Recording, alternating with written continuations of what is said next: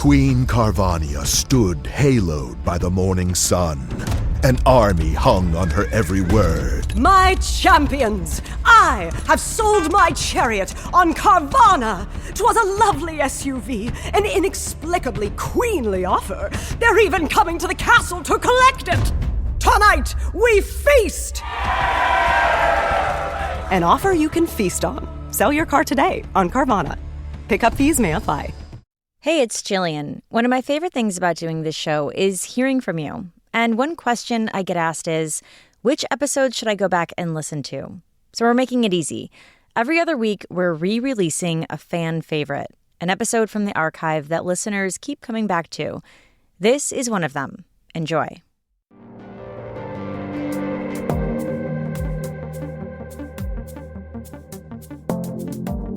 Hey everyone, this is Jillian, and welcome to episode 24 of the Court Junkie podcast. Today's episode covers something that those of us who drive have likely dealt with at one time or another, just hopefully with a different outcome. I'm talking about road rage. But before we get to today's case, I want to say a quick thank you for listening, subscribing, sharing with your friends, leaving me reviews, and donating. Just as a reminder, you can talk about this case or any others in our Facebook discussion group by going to courtjunkie.com/Facebook. You can also find me on Twitter at CourtJunkiePod or on Instagram at CourtJunkie. You can also email me at podcast@courtjunkie.com. And now, on to the show. On Saturday, April 9th, 2016, 33-year-old Raquel Smith and her husband, 34-year-old Will Smith, decided to go to the French Quarter Fest in New Orleans and then go have dinner and drinks with some friends. It was a normal night for the popular, well-liked couple. You see, Will was somewhat known in New Orleans. No, he wasn't Will Smith, the actor, but he was a former defensive end for the New Orleans Saints, Louisiana's coveted NFL football team. Born on the 4th of July in Queens, New York, Will was one of 3 children born to Lisa and William H. Smith. He played college football for Ohio State and was a Pro Bowler. He was drafted by the New Orleans Saints in the first round of the 2004 draft, and he played during the Super Bowl in 2009 when the Saints won. He played for the Saints during his entire career until 2014. But even after he stopped playing football, Will and his family remained in New Orleans. He and Raquel had gotten married in June 2008 and had 3 children, 2 of their own and 1 child from Will's previous relationship. New Orleans was a city that Will loved, the city where he and Raquel had raised their children, and the city loved him right back. But on this night, Will and Raquel were enjoying a night out on the town.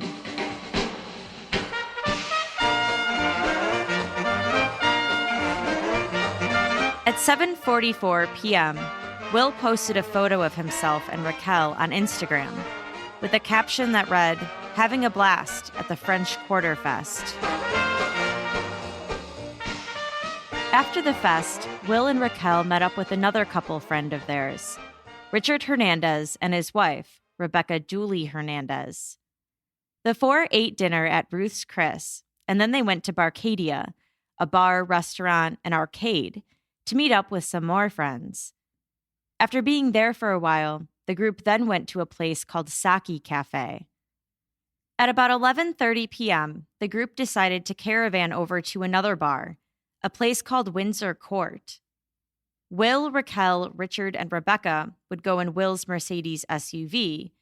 Rebecca's brother, Jonathan Whipple, would go in an Impala, the second car, and Pierre Thomas and another friend would be in a third car, a Lexus. As they were driving down Magazine Street, the vehicle directly in front of Will's Mercedes, an orange Hummer, reportedly slammed on their brakes. Will slammed on his brakes too, but it may not have been in time. Whether or not the Mercedes hit the Hummer will later be contested, but Raquel, Rebecca, and Richard would later testify that no one in their vehicle thought that they had made contact. so they pulled around the Hummer and kept driving. Shortly after, Raquel noticed that the Hummer was closely following behind them. As they got to the intersection of Sophie B. Wright Place and Felicity Street, Rebecca remarked, "He's going to hit us." And then they felt the impact of the Hummer hitting their SUV, and they heard the rear glass window shatter. In turn, they then crashed into their friend's car in front of them. Will and Raquel looked at each other to make sure that the other was okay. And then Will and Richard got out of the car. Raquel could hear the men arguing with the driver and passenger of the Hummer. Will was saying that the men had just hit them, and the Hummer driver was saying that they had been hit first and that Will had just driven away. Raquel and Rebecca got out of the car. Raquel went over to her husband and tried to get him to walk away. She locked eyes with him and told him to think about their kids, to just leave it alone. Meanwhile, things were getting heated between the passenger of the Hummer and Richard. Richard had taken off his shirt, and there was yelling back and forth. And then, just seconds later, gunshots rang out. Raquel found herself lying on the ground, clutching her legs in pain, and her husband was lying on the ground back by the Mercedes. He wasn't moving. Meanwhile, David Dreeling was driving down the street when he heard the gunshots. He got out of his car and walked over to the scene, recording with his cell phone. Smoke was coming out from the cars, and the driver of the Hummer was leaned over with his hands on the hood of his car. His passenger was nervously pacing around. David approached the two men and told them that he was in the car behind them when everything happened, and he asked who pulled the gun first. The men started telling David what had happened. All right, so I heard 9 caps. I was right behind you guys. I just want to know who. I know he got shot. He pulled the gun first? He went for a gun first. Hold on. Look, chill out. All right, explain. Look. Yes, sir. The two white dudes with him. They ran off. They ran up. I grabbed one of them. Big dude came and kept on approaching him aggressively. Them two was about to get in the scrimmage. I grabbed 1 and 2, and now politely, all I did was move them back. Right. I'm like, chill. Yeah, you got out of the car. Don't rush my partner. Right. If him and him get into it, Gotcha. don't do that. Y'all 3 against 2. The passenger of the Hummer says that a big dude had come at his friend, the driver, aggressively, and that 2 other men had rushed over too. He said he put his arm out and demonstrated what he did to push them back. He said there were 3 of those guys and only 2 of them. We now know that he was talking about Will Smith, Richard Hernandez, and Jonathan Whipple. So then, they like, man, what you touch me for, man? Dude took his shirt off, all that. What you White touch guy. us? Yeah, tattoos in his face. Yeah. You ain't about this life. You ain't about this life. So look what I did. I said, bro, y'all chill out. He went to the truck to go get his gun. He said one of the men took his shirt off and was yelling, "You ain't about this life." He said he told them to chill out and that his friend, the driver, a man named Cardell Hayes, went to the Hummer to get his gun. I politely walked off. The one with the tattoos came and rushed me. I did like that and backed him back. He fell because he was scared to begin with. Then that's when they ran off. And then I didn't even know nobody went for a gun. He said one of the guys rushed at him, and then they ran off. His voice then trailed off. David doesn't quite understand the story at this point, and he asks if they had anything to do with the shooting, or whether it was just the car crash he's talking about. The man then says that the other drivers hit them first, and then drove off. So you had nothing to do with that? Or y'all just behind that? No, Y'all we didn't was have- behind. Yeah, okay. They okay. ran into us Okay. on Magazine So and tried to run away. They ran into the back of us first and tried to I run hear away. you. So y'all weren't involved with this. They did that. I fucking ran in the back of them and said, "Whoa!" You need that shit right there, bro. That's why I'm looking. Yeah, it's smart. That's Because why you know I'm they're going to looking be up here in a second. They're They're gonna going to be in try a to second. take me and all that shit. No, you know what? Black guy, bro. This shit crazy, dog. Just be cool. David would later say that he was just trying to keep the men talking until police arrived. Another bystander took recorded video, and you can hear the chaotic scene. The police officers trying to find witnesses to what had happened, and Raquel yelling out for help, saying that she's just been shot. Who saw something happen? I need people who saw things. I need an ambulance. My leg has been shot.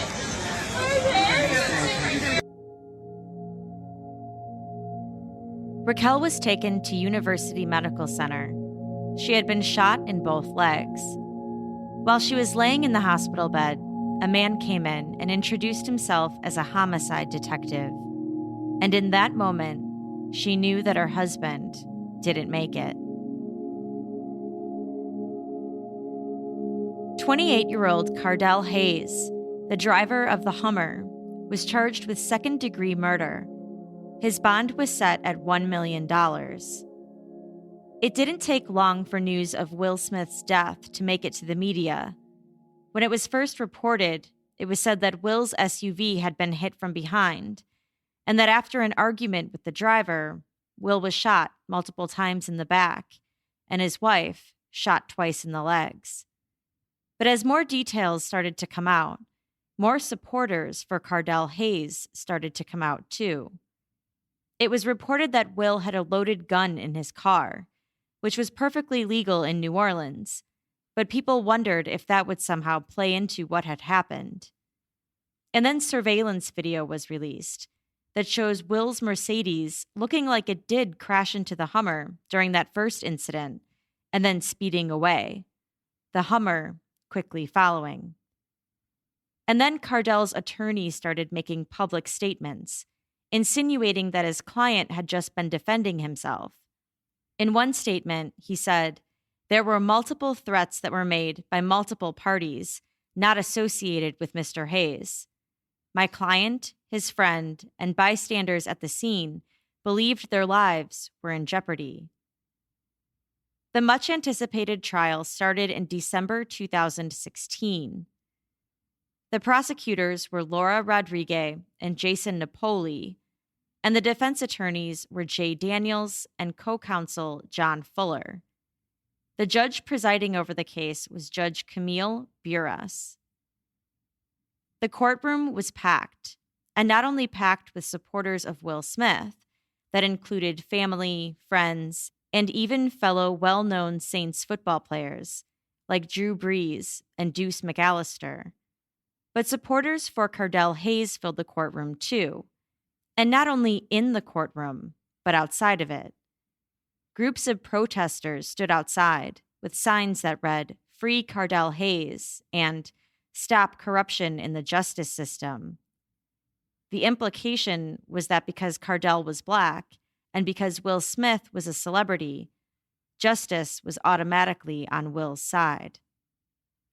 Cardell was pleading not guilty to charges of second-degree murder, attempted second-degree murder, and aggravated criminal damage to property. If convicted as charged, Cardell was facing life in prison. In his opening statement, Assistant District Attorney Jason Napoli said that one of the first witnesses he will call to the stand is Will Smith's wife, Raquel Smith, who will tell the jury who Will was to her: a loving father, a loving husband. Napoli said, "That's not how we knew him. We knew Will Smith as number 91 for the Saints. We knew him for defense. The irony of that," he said, "is that on April 9th, he died defenseless." He said Will first watched his wife get shot in the legs, and then the defendant shot him in the side. The defendant then got behind him and pumped 7 bullets into his back. Will Smith died without being armed, he said. He said Will had his whole life ahead of him. He had just gotten his MBA and had a long-standing offer to join the coaching staff of the Saints. He said Will had a concealed carry permit and that on the day of his death, Will and Raquel had gone to the French Quarter Fest. Will had put his gun wedged between the seat and the center console.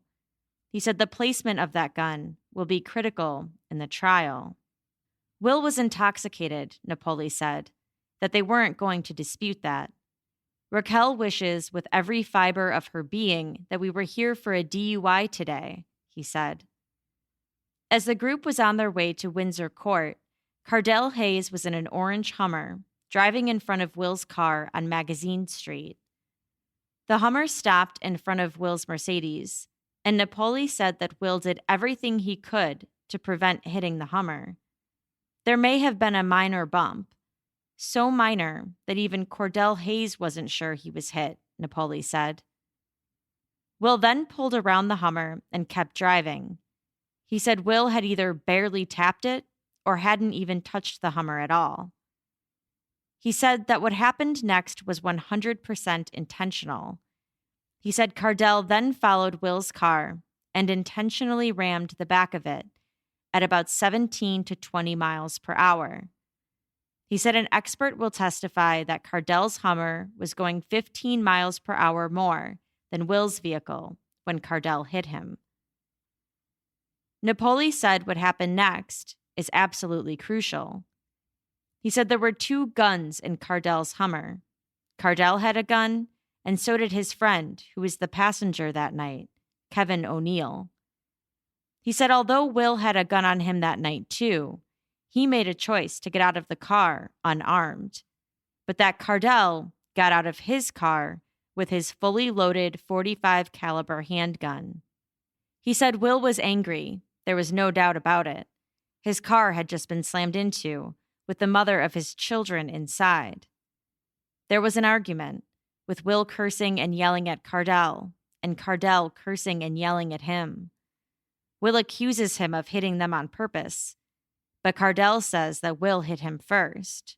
Raquel got out and pulled Will away from the car, and as she was pulling him away, another argument was breaking out between Cardell's friend Kevin O'Neill and two friends of Will's, Richard Hernandez and Jonathan Whipple, who had been in the car in front of them. Richard Hernandez had taken his shirt off in search of a fist fight. Cardell then started firing, Napoli said. He fired 2 shots that hit Raquel, and then another that hit Will in the side, who had run back to his Mercedes. He then continued firing 7 more times into Will's back.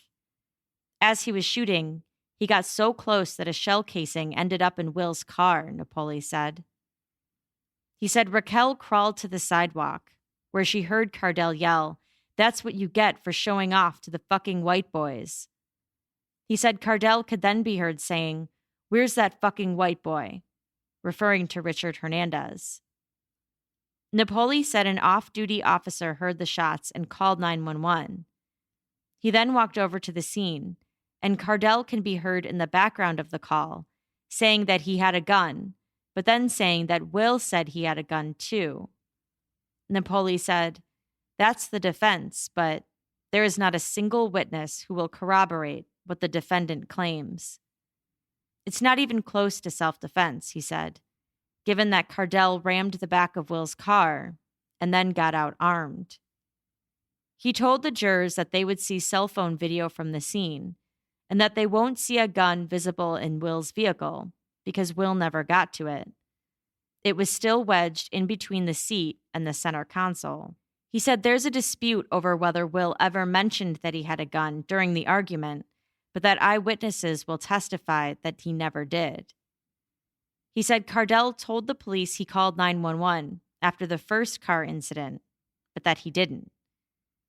He told the jury that the defense will try to say that Raquel was shot by someone else, not Cardell and not Cardell's friend Kevin O'Neill, but that it isn't true. He said all ballistics came from one gun, Cardell's. He said there is no evidence and no witnesses that will put a gun in Will's hand. He said the defense is going to try and claim that Billy Ciravolo, the former New Orleans police captain who was friends with Will and was with him that night, moved Will's gun at the scene.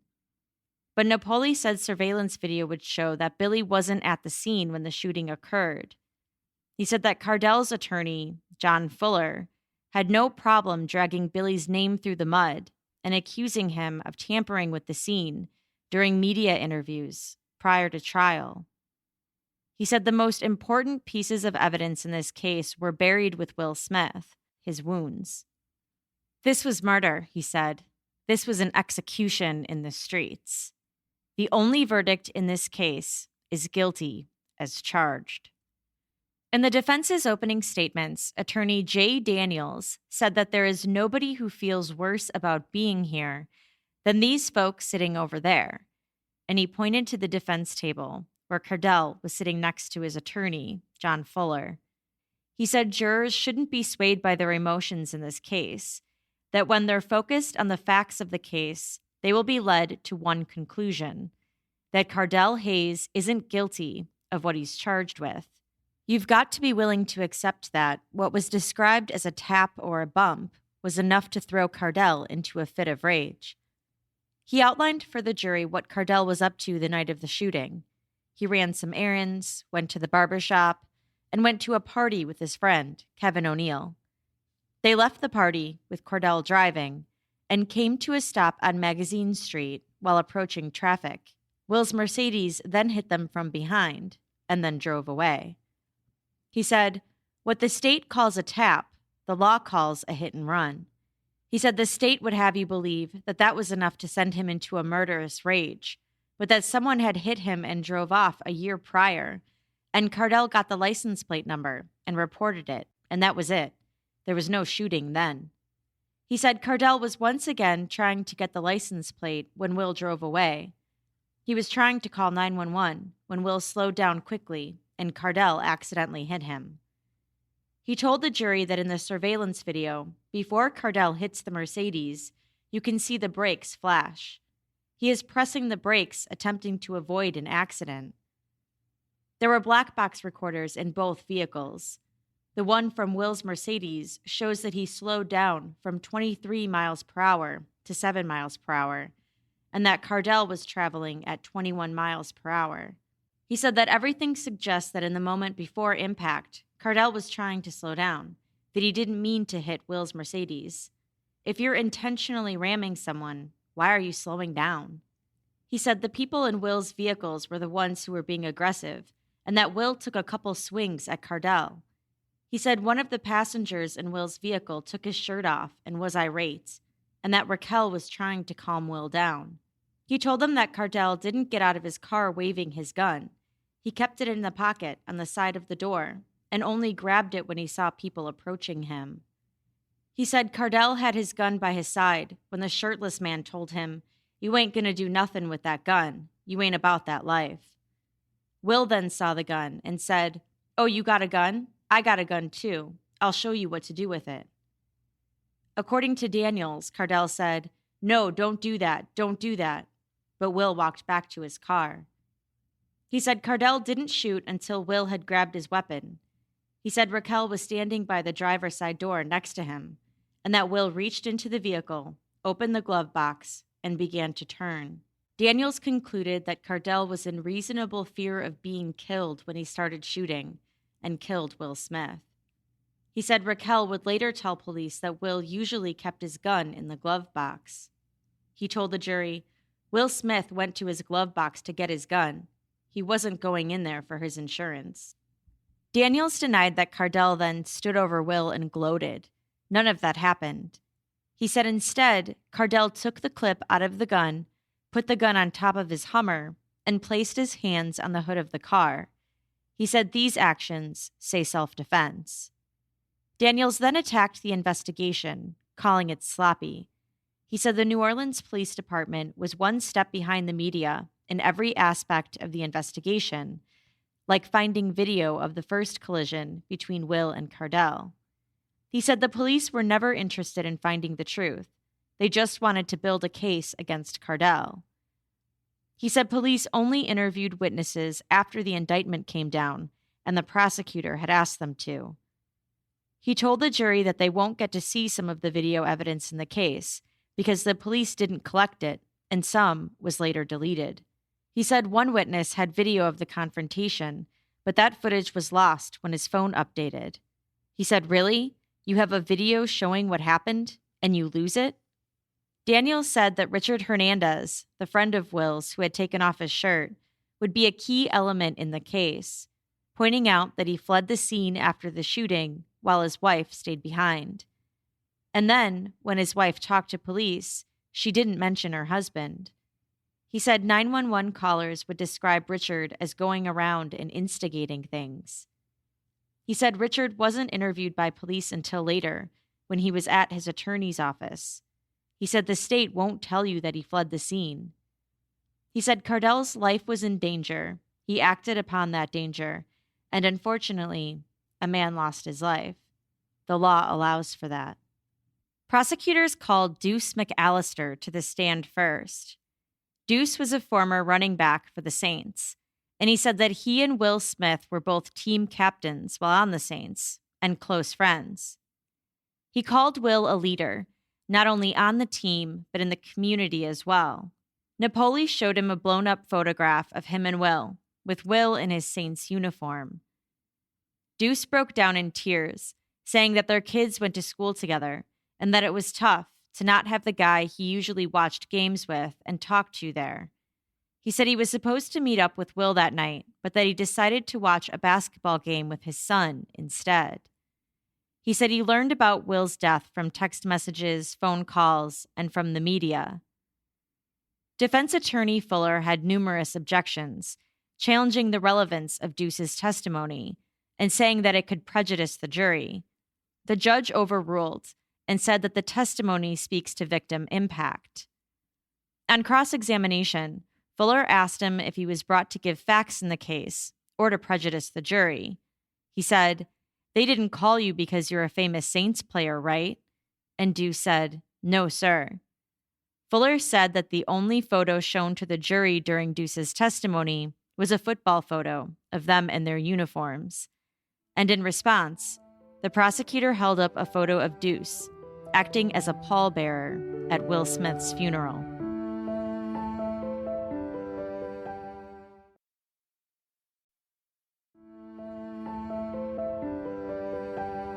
New Orleans homicide detective Robert Bechelder said the back of Will's Mercedes had significant damage to the bumper, the cover of the spare tire, and to the rear door. He said pieces of the Hummer were found under Will's car, which indicated forceful impact. The rear window of the Mercedes had also been shattered. Bechelder said 9 casings were found on the scene, and that all of them came from a .45 caliber gun.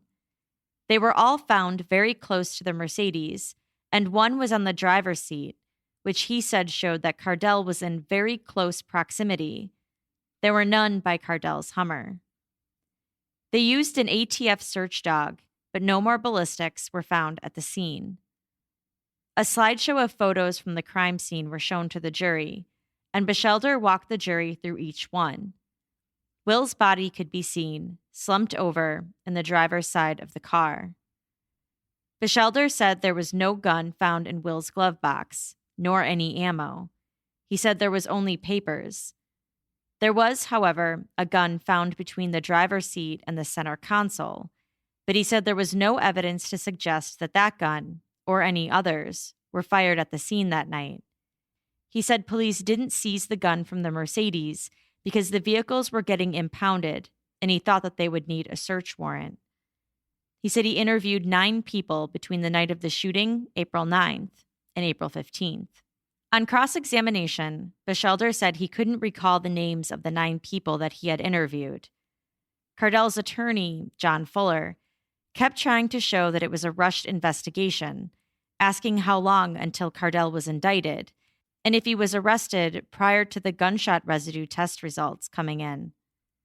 Fuller then asked why the glove box was open, and Bechelder said it could have been due to the crash, although the papers had still remained inside. And just as a reminder, what the defense was trying to do here was to bolster their claim that Will's friend, Billy Ciravolo, took a gun out of the glove box prior to the police arriving at the scene. Fuller also brought up the fact that surveillance video was never obtained from the places that Will and his friends had been at prior to the shooting. His claim was that if video had showed Will acting belligerent, it would be relevant to his state of mind. When asked if any airbags had been deployed during the second crash, Bechelder said no airbags went off in either Will's Mercedes or in his friend Jonathan Whipple's car, who had been in front of Will, but that he couldn't be sure about the Hummer. Bechelder also said under cross that he wasn't sure if the bullets that hit Will matched the bullets that hit his wife, Raquel. He said he's not sure tests were done on that. He said he also couldn't say for sure that nothing had been removed from Will's car prior to the police getting there. Prosecutors called Raquel Smith, Will Smith's widow, to the stand. Although a few people involved in this case had spoken out to the media prior to the trial, this would be the first time that anyone would be hearing from Raquel. When introducing herself, she said, "I'm a mother, first of all, and a wife of William Smith." She faced the jury and said, "I don't want sympathy. I want justice for my husband. He is not here today, and I am his voice." She said she and Will have children together, and that Will died the day before one of their children's birthday. She said on the day of the shooting, they went to French Quarter Fest. Will had his gun on him then, and they both have concealed carry permits. And for those of you who aren't familiar with what those are, they're essentially permits that make it legal for you to carry around a concealed handgun. She said that when they got to the fest, there was a security checkpoint, meaning that no guns were allowed. So they walked back to the car so Will could put his gun away. She said he typically keeps it in the glove box when their children are in the car, but since it was just them, she said he put it somewhere on the driver's side. After the fest, they walked to Ruth's Chris, where they had dinner and met up with friends. They then went to Barcadia. They planned on getting home to their kids afterwards, but one of Will's friends, Pierre Thomas, texted, and they ended up going to Saki Cafe. They met up with Pierre and another friend, Billy Saravolo, at Saki Cafe. About a minute after leaving, the first incident between Will's Mercedes and Cardell's Hummer occurred. Raquel said, "From the bottom of my heart, I didn't think that the cars had actually touched." She said no one in the car thought that they had made contact with the Hummer, so they drove away. And seconds later, they realized that they were being followed. She said Rebecca Dooley Hernandez, her friend who was in the back seat with her, screamed before Cardell's Hummer rammed into them. Will and Richard Hernandez, Will's friend in the front seat and Rebecca's husband, then got out of the car. She said Will was scared. She said she got out too, to follow her husband. She then heard Will and Cardell arguing, going back and forth and cursing. She said she was nervous and crying. She said she then saw another man, one of Cardell's friends, coming over to them. She said she tried to calm Will down, thinking that these guys were bigger than him. She told the men that they have kids and that they'll take care of this, but that no one was listening to her. She said she looked Will in the eye and brought up their kids and said, "Think about the children. This isn't worth it." And she said he then started walking away with her. She said Richard Hernandez took off his shirt and was jumping up and down. When pressed on that, she said that Richard is so small and discounted that he was threatening, saying he was just jumping around. Prosecutor Laura Rodriguez asked if there was any physical contact between anyone in the two groups prior to the shooting, and Raquel said absolutely not. She said she and Will were walking back to their car when she heard a pop, pop. She said she felt burning all throughout her body and that she grabbed at her legs. She said she didn't know that she had been shot, but she collapsed. She played dead because she didn't know if he was going to come back and shoot her, so she just laid there. Raquel started to get emotional as she recalled that night. She said she heard more shooting and then heard someone say, "You want to show off for the fucking white boy? Look at you now." She described the voice as loud, angry, and evil. She said she prayed for her kids, and a lady walking by started praying with her. She said she thought that there was no way her husband didn't make it because He's my Superman. My worst nightmare happened for no reason. She then looked directly at Cardell at the defense table and said, I didn't do anything for you to shoot me. Thank God I'm here with my babies. She said she had to get a metal rod placed in her right leg. She got up to show the jurors her leg, saying that there are still bullet fragments that are too dangerous to remove. She said she was in fear for her life afterwards, not knowing who attacked them. The defense attorney Fuller objected and said, for the record, Cardell Hayes has been in jail since shortly after the shooting. Raquel said she eventually moved out of Louisiana, but that Will had always loved it there. He was never worried about safety, but she was. Their kids missed their city, their old home, and their dad, she said. One of Cardell's supporters said out loud, Jesus Christ, just then, and Judge Burris threatened to have whoever said that removed. But Raquel continued with her testimony, breaking down as she recalled telling their children about Will's death. God needed Daddy more, she told them. When asked to point out the man who had shot her and her husband, she pointed at Cardell and said, he's sitting right there. On cross-examination, Attorney Fuller started with, obviously, we all wish we weren't in the situation we're in today. We sympathize with you. He then asked if Raquel would exaggerate or leave out statements in order to preserve the memory of her husband, to which Raquel replied, no. When asked about Will's alcohol consumption on the night of the shooting, she said he drank 1 daiquiri at the fest, a glass of wine at Ruth's Chris, and then she couldn't recall how many drinks at Barcadia. Regarding the second crash, she said Cardell did not run up to them when they got out of the car. Instead, she said they got out, and that Will may have gone closer to the Hummer to check out the damage. When asked if Will was being aggressive, she said, you'll have to define aggressive. I think both of the guys were upset. She said she had tried to get in between the two of them to calm down her husband. She said she did not see who shot her. Fuller asked if Will had a temper, and Raquel replied, saying that everyone gets upset. She then said, do you have a temper? Fuller responded and said, let me tell you something. I ask the questions. Rebecca Dooley Hernandez took the stand next. She was the friend of the Smiths who had been in the back seat with Raquel and Will's Mercedes that night. She said she and her husband, Richard Hernandez, met up with the Smiths the night of the shooting. She said Will had 1 drink at Ruth's Chris and then 1 drink at Barcadia. She described the first incident, saying that she saw the Hummer in front of them brake fast and then felt Will, who was driving, slam on the brakes. She said she didn't think that they had hit the Hummer, but there was confusion. They went around the Hummer and kept driving, and she said she looked out the back window and saw the orange Hummer then following them. She recalled saying, he's following us. Seems like he's going to hit us. And then she said that right after she said that, they were hit, and she heard glass shatter. She remembers hearing Will and Cardell arguing over who hit whom. She said she and Raquel got out of the car when they heard the arguing. She said Raquel was trying to break up the argument, and Rebecca went to look for her husband. She saw him by Cardell's friend, Kevin O'Neill, who had been a passenger in the Hummer. She said she saw Kevin swing at her husband and miss. It all happened so fast, she said. She then pushed her husband to get him out of the way, and she said then things seemed to have calmed down. She told Will to call the police, and she never heard anyone mention getting a gun. She saw Will walking towards the Mercedes, and she saw Cardell walk towards him with his gun pointed at him.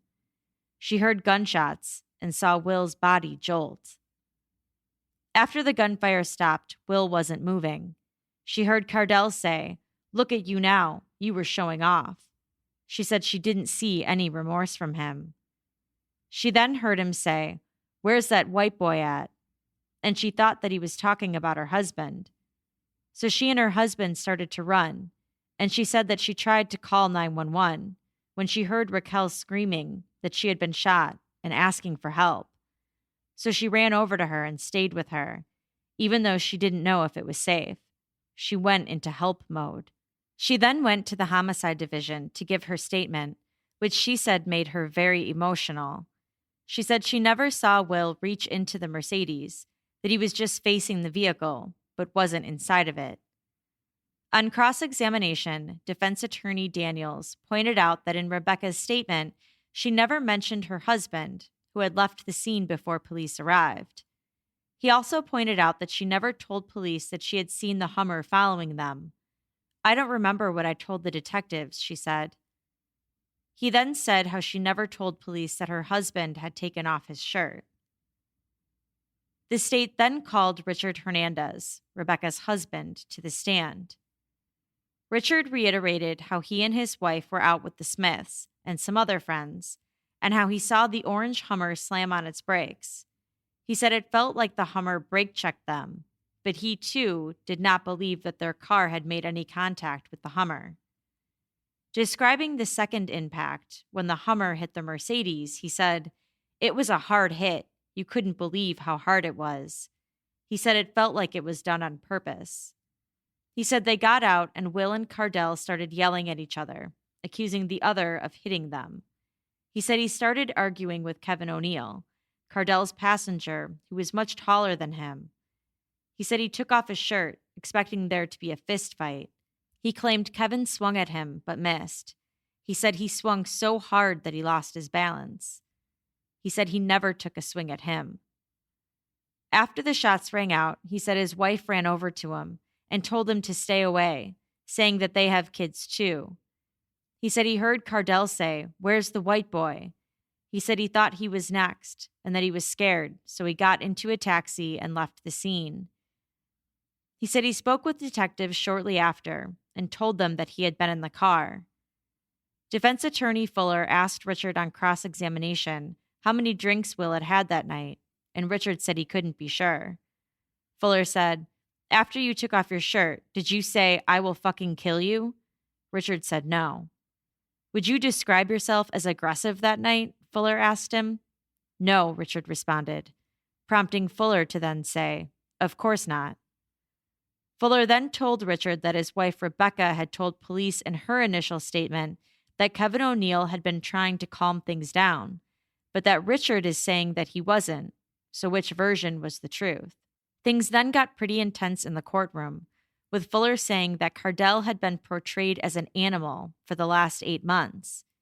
He brought up the fact that Richard left his wife at the scene, and Richard agreed, saying that he was scared. Asked if anyone else took their shirts off, Richard said no. On redirect, Napoli said, "What if everyone on scene that evening had taken off their shirt and was looking for a fist fight? Would things have been different?" At one point, the attorneys on both sides began to get into a heated argument, so Judge Burris called for a short recess so everyone could calm down. And then, Pierre Thomas was called to the stand. Pierre was a former running back for the New Orleans Saints, an old teammate of Will's. He had gone out to dinner that night with the former New Orleans police captain, Billy Saravolo. They then met up with Will and their friends.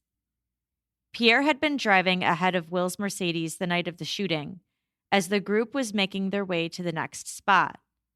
He said Will had been drinking that night, but wasn't belligerent. Prosecutors displayed for the jury a photo of Pierre, Will, and Billy while they were at Saki Cafe, just prior to the shooting. Pierre said he was driving with another friend in his car, and they were at a red light when he heard a loud bang. He saw smoke through his side mirror and thought it was an accident. He got out of his car and started walking towards the accident. He described standing parallel to the hood of Cardell's Hummer after he crashed into the back of Will's car. He said he could see Will and Cardell arguing, and also saw Richard and Kevin arguing. He said he couldn't understand what anyone was saying, but never saw any physical contact. He recalled seeing Raquel trying to calm Will down, gesturing with both of her hands as if to say, "Slow down." He said he saw Will and Raquel start to walk back to the Mercedes, so he turned to look at what the other guys were doing.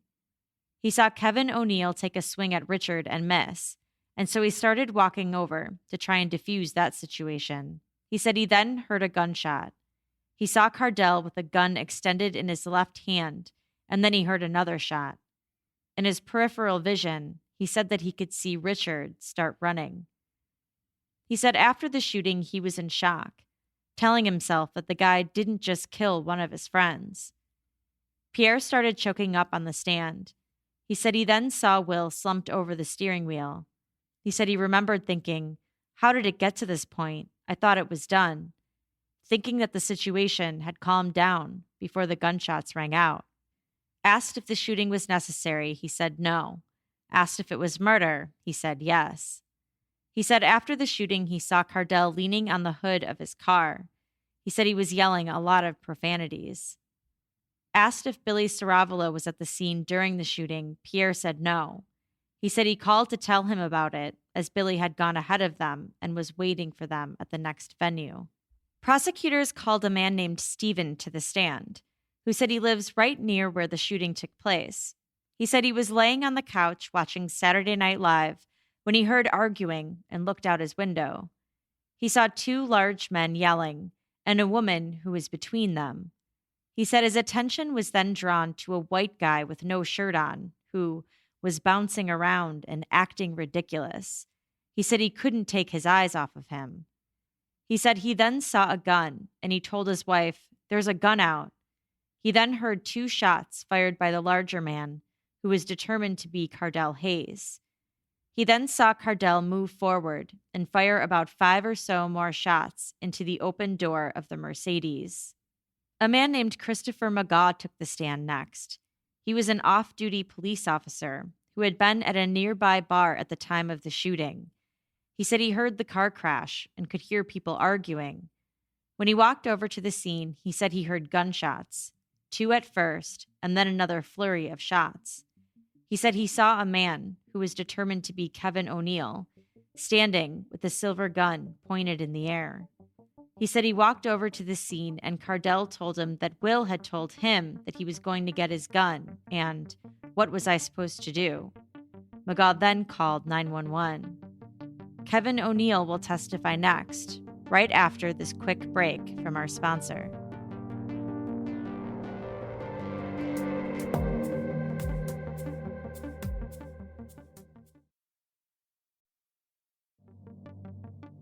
And now, back to the trial. Kevin O'Neill, the passenger in Cardell's Hummer the night of the shooting, took the stand next. He said he and Cardell were at a house party, and they were driving back to a barber shop when Cardell asked if someone had just hit them from the back, and he said he responded yes. He said the Mercedes, the car that had just hit them, then sped off. Prosecutor Rodriguez asked if he had given interviews prior to the trial, to police, to the grand jury, to GQ magazine, to Sports Illustrated, and to ESPN. Kevin said that yes, he did give all of those interviews. When describing the second traffic incident, Kevin said that Cardell smashed on his brakes, but ended up hitting the Mercedes anyway. He said he had been trying to call 911 and take a picture of the license plate when the crash happened. He said that someone got out of the other vehicle and said, "I feel played, I want to fight. We're not about that life." He said this person then took his shirt off and that they were trying to attack him and Cardell. Prosecutor Rodriguez read statements that Kevin had given to the grand jury in which he referred to the men as little people and saying that he had thought that he could handle them. Kevin argued that it still didn't negate the fact that they continually attacked us. He said, "Me having confidence in my ability to defend myself has nothing to do with what happened out there." Rodriguez then read testimony from the grand jury, where he had stated that he feared for his life after he heard the gunshots. She pointed out that he didn't say he feared for his life before the gunshots. Kevin said that their safety was in jeopardy from the very beginning of the situation, and that he only became more fearful after the gunshots. He said that physical contact can still be fatal. After he heard the gunshots, Kevin said he didn't know who it was that had fired, and so he went to the vehicle to get his firearm. Prosecutor Rodriguez jumped on this and said, "The thing you think is reasonable is to go into your vehicle to retrieve a firearm. which is exactly what Will Smith tried to do when he heard shots fired and saw that his wife's knees were blown out. Kevin said that at one point there were about 5 people trying to restrain Will. He said 2 Asian guys, a black guy, and maybe 1 or 2 Caucasian males. Prosecutor Rodriguez said that to the media, Kevin had said that Billy Saravalo was one of those multiple people, but that surveillance video showed that he was actually somewhere else when the shooting took place. Kevin said he thought that someone who was restraining Will resembled Billy, and that he only named him after seeing news reports that he was there. Rodriguez asked where these 5 men went after the shooting, and Kevin said he didn't know. When it was the defense's turn to question Kevin, Attorney Fuller showed a blown-up photo of Cardell and his son and asked Cardell how he felt about Cardell being charged in the case. Kevin responded that he was heartbroken. Fuller asked why he decided to talk to police, and Kevin said because he didn't do anything wrong, and he didn't think that Cardell had done anything wrong either. He then said, "It's a doggone shame that the media has done a better job investigating this case than the police department." The prosecution objected, but Judge Buras allowed it. Kevin said, "As Mr. Hayes sits before me, I know an injustice is being done." At some point during his testimony, prosecutors objected, saying that Kevin was glaring at people in the gallery. Kevin claimed that someone had given him the middle finger. Then questioning continued. Kevin was asked to describe the altercation he got into with the 2 men, Richard Hernandez and Jonathan Whipple. He said one of the men was shirtless, and one of them said something to him about respect. He said Richard took a swing at him once. Fuller ended his cross-examination by asking Kevin that if everything had been the same, but the roles were reversed, would Will Smith be sitting over there? And he gestured towards the defense table. Kevin responded, "I doubt it." Prosecutor Rodriguez got back up on redirect and asked if Cardell had been able to talk to his son on his son's birthday. Kevin said he wasn't sure, and Rodriguez asked him if he thought that Raquel would have wanted her husband to have the opportunity to talk to his son on his birthday. Kevin's response elicited an audible gasp in the courtroom. He said, "Did her husband bring about his own demise?" Kevin then spoke directly to the jury and said that at no point in time did he ever see anyone with a gun. He said, "We are only 2 people and 1 vehicle, and you have multiple people from 2 separate vehicles converging on us at once, at night, in the dark, after we were already hit." He called it automatic chaos and hostility and said they did nothing to instigate any sort of violence. The next 2 witnesses were friends who were in the area at the time of the shooting. Justin Ross took video that was later deleted. He said he saw a shirtless man being especially aggressive and threatening the other guys. He said he saw Will and Cardell arguing, and a woman in between them, trying to push Will back. He described hearing the gunshots, and he immediately dropped down behind a car. He said he then started recording the scene from his phone. He said he heard Kevin say, "Back down, back off, I have a gun, back down." He said he also heard Cardell say, "I told him not to mess with me. I told him not to do it." Asked by Prosecutor Napoli if he saw Will do anything that was threatening, he said no. On cross-examination, Attorney Daniels asked him if he had heard Richard say, "I'm going to fucking kill you," and he said yes, that Richard was yelling it to both Cardell and Kevin. Justin said he also heard one of the men from the Hummer telling people to call an ambulance and to get this man some help. Justin said he would describe Cardell as being emotional after the shooting. His friend, Abigail Lavray, said she didn't witness the actual shooting because she started to get the sense that something might happen, and so she backed away. She said she heard one of the guys from the Hummer say to back down, or he would do something dangerous, although she couldn't recall hearing the word gun. She said she didn't see any physical contact except between Will and Richard and their wives. On cross-examination, Abigail said to her, it seemed like the 2 guys in the Hummer were trying to calm the guys from the Mercedes down. She said the aggressors were the guys in the Mercedes. But on redirect, Prosecutor Napoli asked her if her opinion on who the aggressors were would change if she knew that one of the men in the Hummer had brought out a gun. She said yes. Meredith Acosta, a firearms expert from the Bureau of Alcohol, Tobacco, Firearms, and Explosives, took the stand and said that there was a .45 caliber pistol, a 9mm gun, and a .357 Magnum revolver recovered from the scene. The projectiles from the scene and from Will's body were from the .45 caliber. Bruce Bruggeman, the lead homicide detective, took the stand. He went over the surveillance video that was played for the jury. You can see Will's Mercedes SUV following behind Cardell's Hummer, heading downtown. In the video, you can see the Hummer quickly stop, and then you can see the Mercedes SUV go around the Hummer and continue driving. It's hard to tell whether there had been an impact or not. If so, it was likely a bump. You can then see the Hummer closely follow the Mercedes, and everything after that took place outside of the surveillance view. However, you can see various witnesses entering the scene. In under 2 minutes from when the crash occurred, you can see people running to where the shots were fired. Bruggeman said that when they searched Will's vehicle, they found a gun in a plastic holder between the console and the driver's seat. The safety was on. He said there were no 911 calls made from either Cardell or Kevin O'Neill, even though they had said that they called.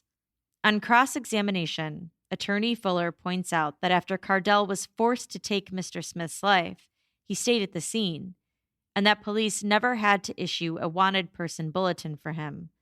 And he points out that Richard Hernandez, however, had left the scene. He also brought up the fact that Richard had retained an attorney before speaking with police, and Bruggeman agreed that that was true.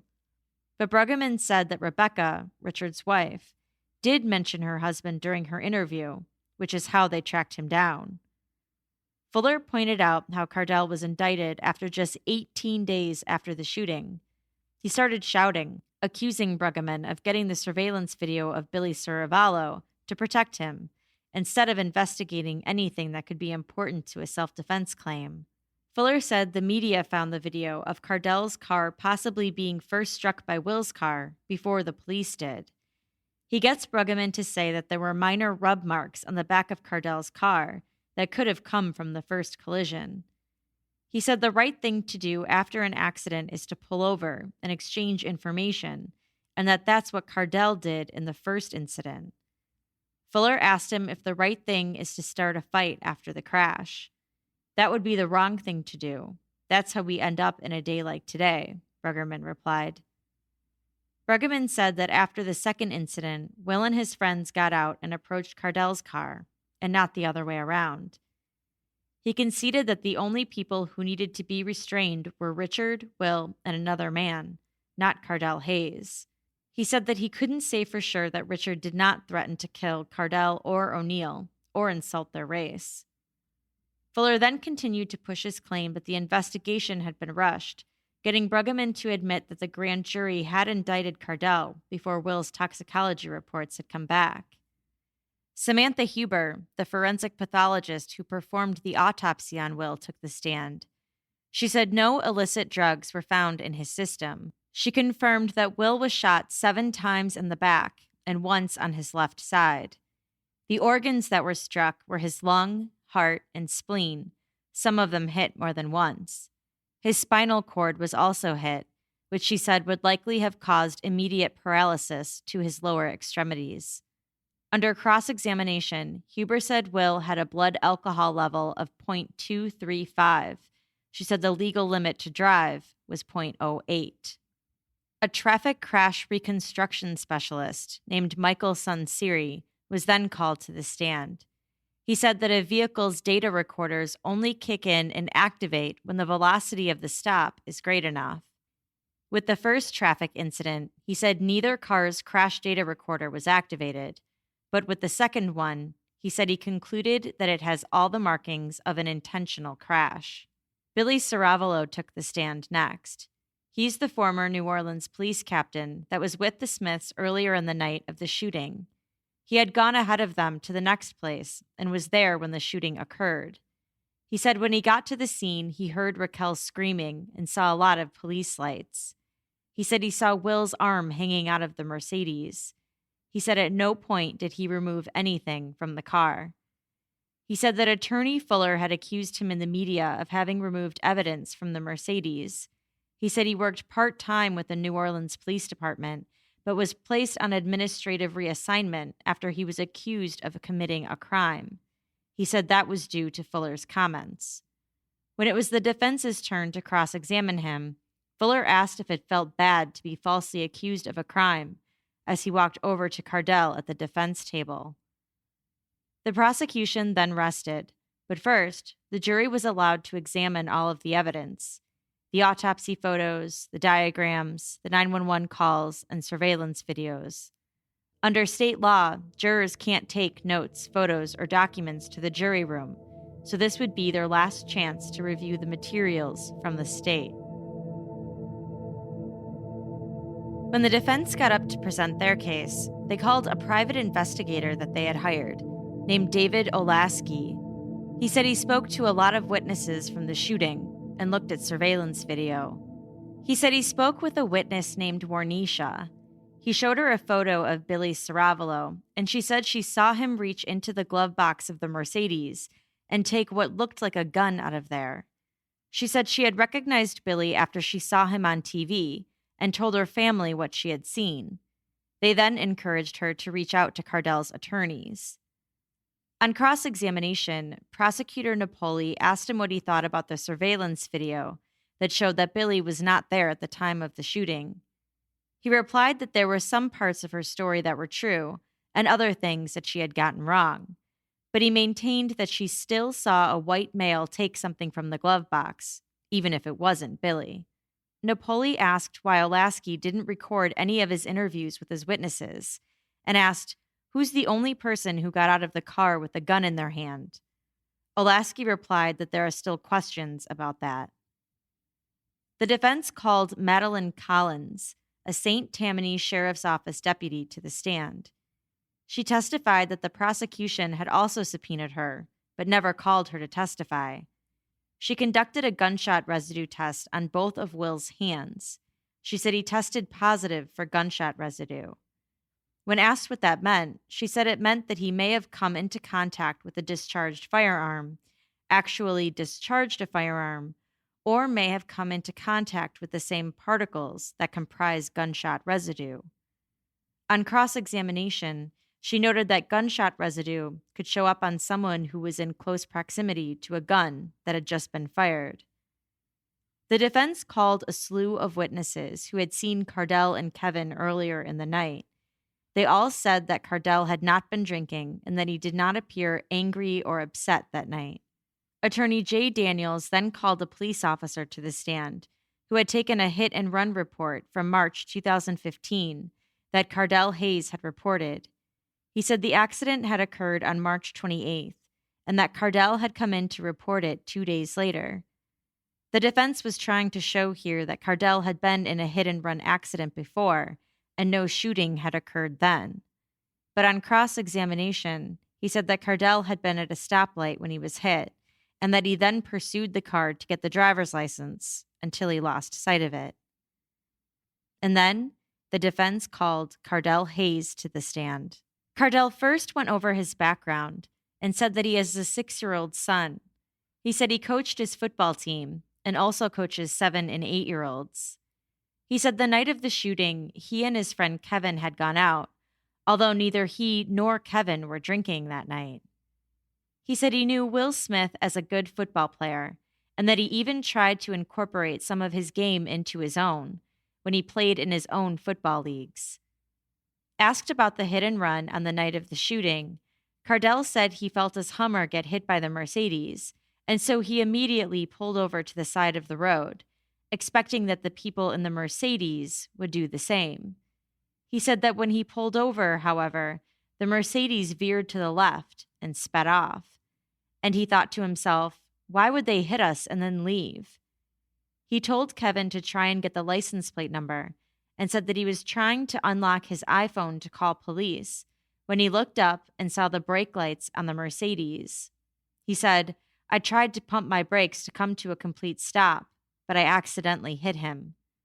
He said after they hit the Mercedes, a man without a shirt got out and pulled something shiny from his pocket and then wrapped it up in his shirt. He said that when he saw that, he grabbed his gun from the door of the Hummer. He said he kept the gun at his side and got out. One of the guys from the Mercedes said he hit them on purpose. He said he told them, "I accidentally hit your truck, but y'all hit me and ran." He said he told them, "Y'all are fucking drunk and loaded." He said Will threw a cup at him, which hit him, and that Will then swung at him, hitting him more than once.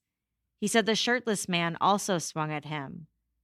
He said the shirtless man told Will, "He has his gun on him. He's scared. He's not going to do nothing with it." He said he could hear Raquel saying, "No, baby, no. Stop." Cardell said Will said to him, "You got your gun? Well, I'm going to get mine, and I'm going to show you what to do with it." When asked what he thought Will was going to do, he said, "I thought he was going to get a gun and show me what to do with it. What else could I think? I think he's about to try to kill me." He said he saw Will go to the Mercedes and saw him tussling with his wife. He said when Will got to the car, he saw him then spin around and he heard a pop. He said he saw a weapon and so he fired his. He said Will had a black gun in his hand. He said he didn't expect his gun to go off as many times as it did, and afterwards, he dropped the gun. When police arrived, Cardell said he told them, "I'm the shooter," and then he got on his knees. Cardell said that when his attorney later told him that the man he had shot was Will Smith, he said he cried like a baby. Fuller asked him if Will hadn't posed a threat, would he still be alive?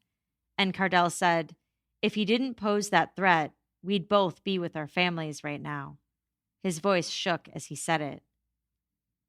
On cross-examination, Prosecutor Napoli asked him if all of the witnesses who had testified that they didn't see any physical contact between him and Will were lying, and Cardell said that he couldn't testify to what other people said. Napoli asked him if Raquel was lying when she said that he had stood over Will's body and said that he was showing off for the white boys. Cardell said he never said that he could tell that Richard was Spanish, and that he didn't believe that any of them were white. "So she's lying," Napoli said.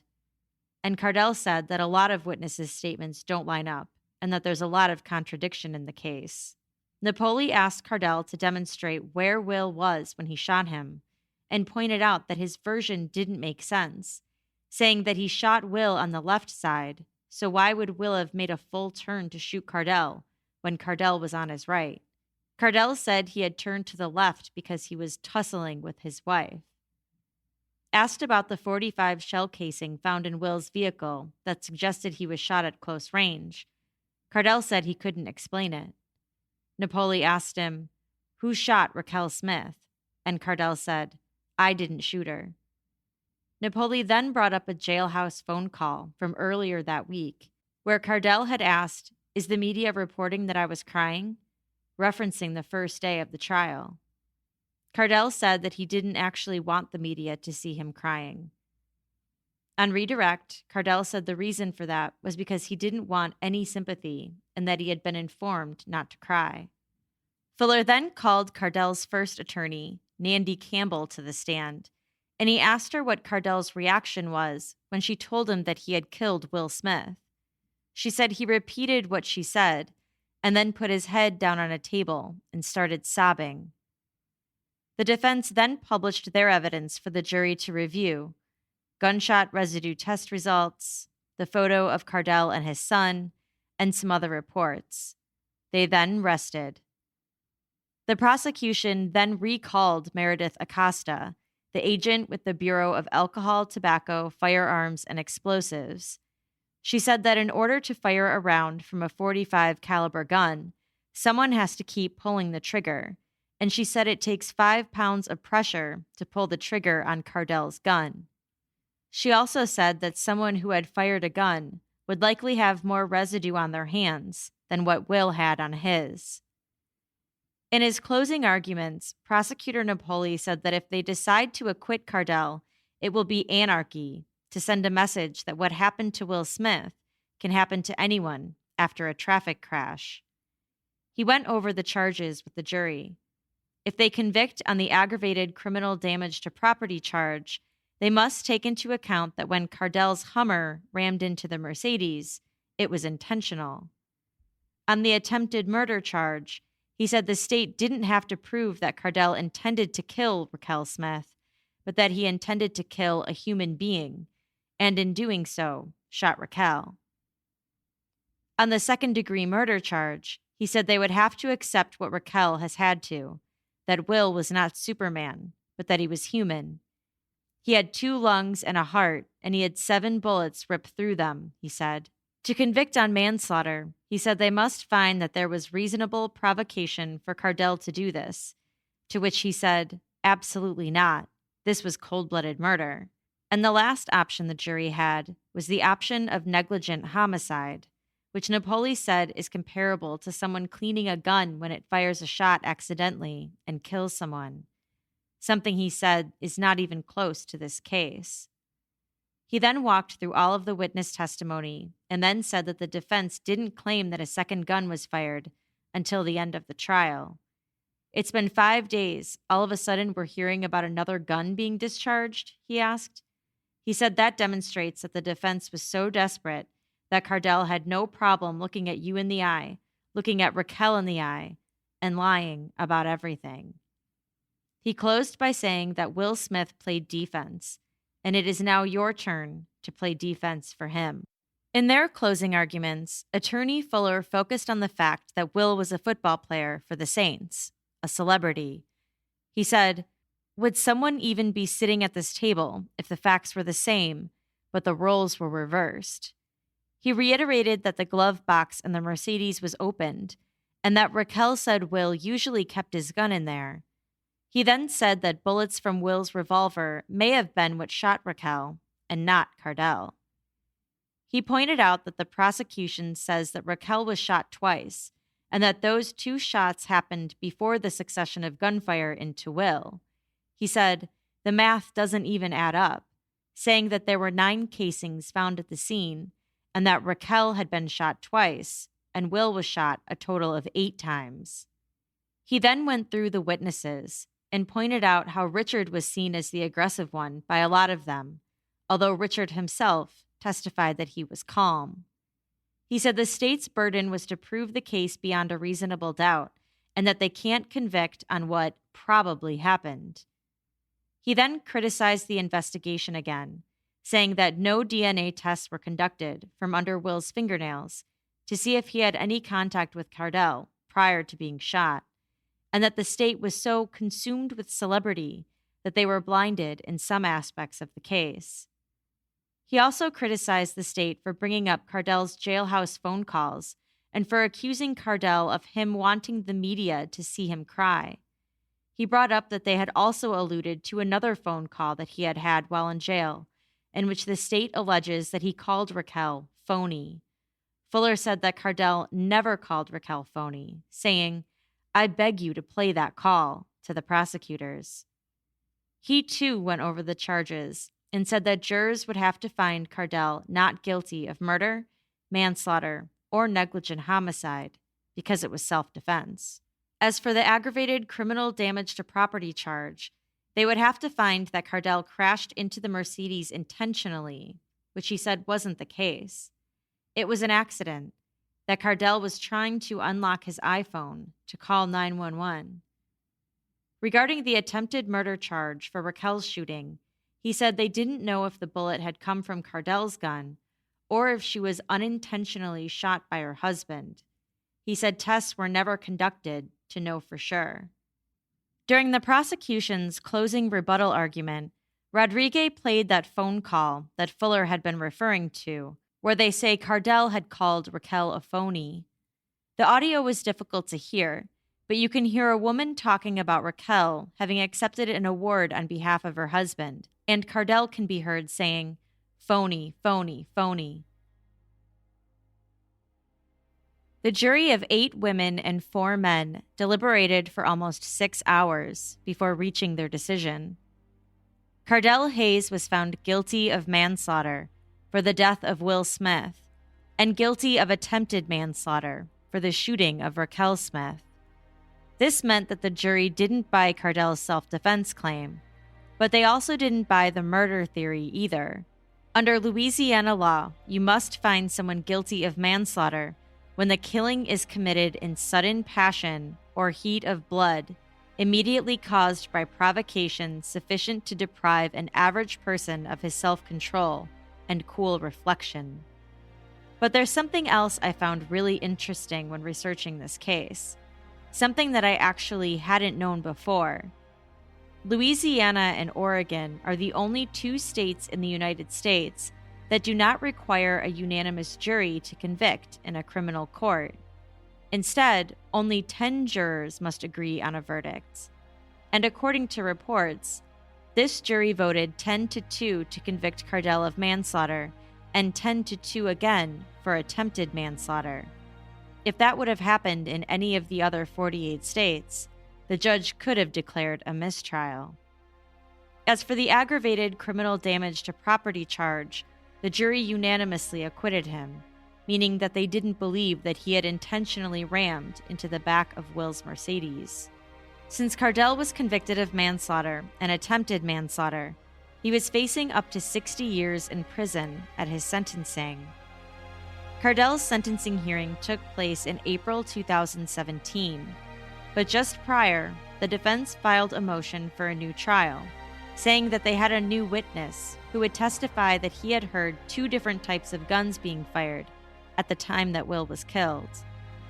The defense also argued in their motion that one of the state's witnesses, Deuce McAllister, should have been sequestered, but that he was in the courtroom listening to testimony throughout the trial. And finally, they argued that it was inappropriate to allow fellow football players and coaches to sit in the courtroom gallery in view of the jury. But Judge Burris denied the request. Cardell Hayes was sentenced to 25 years in prison. And that's all for today's episode. I'm interested to hear your thoughts on this case. Do you think Cardell Hayes intentionally shot and killed Will Smith out of anger? Or do you think it was self-defense? Do you agree with the verdict in this case? There's video of the first incident between Will and Cardell, where it appears that Will did bump into Cardell's vehicle, and I'll include the link to that video in the show notes, as well as on my website at courtjunkie.com. To discuss this case and any others, please consider joining our discussion group on Facebook. Just go to courtjunkie.com/Facebook and you can join right from there. You can also follow me on Twitter at courtjunkiepod, on Instagram at courtjunkie, or you can email me at podcast@courtjunkie.com. Thanks again for listening. Until next time.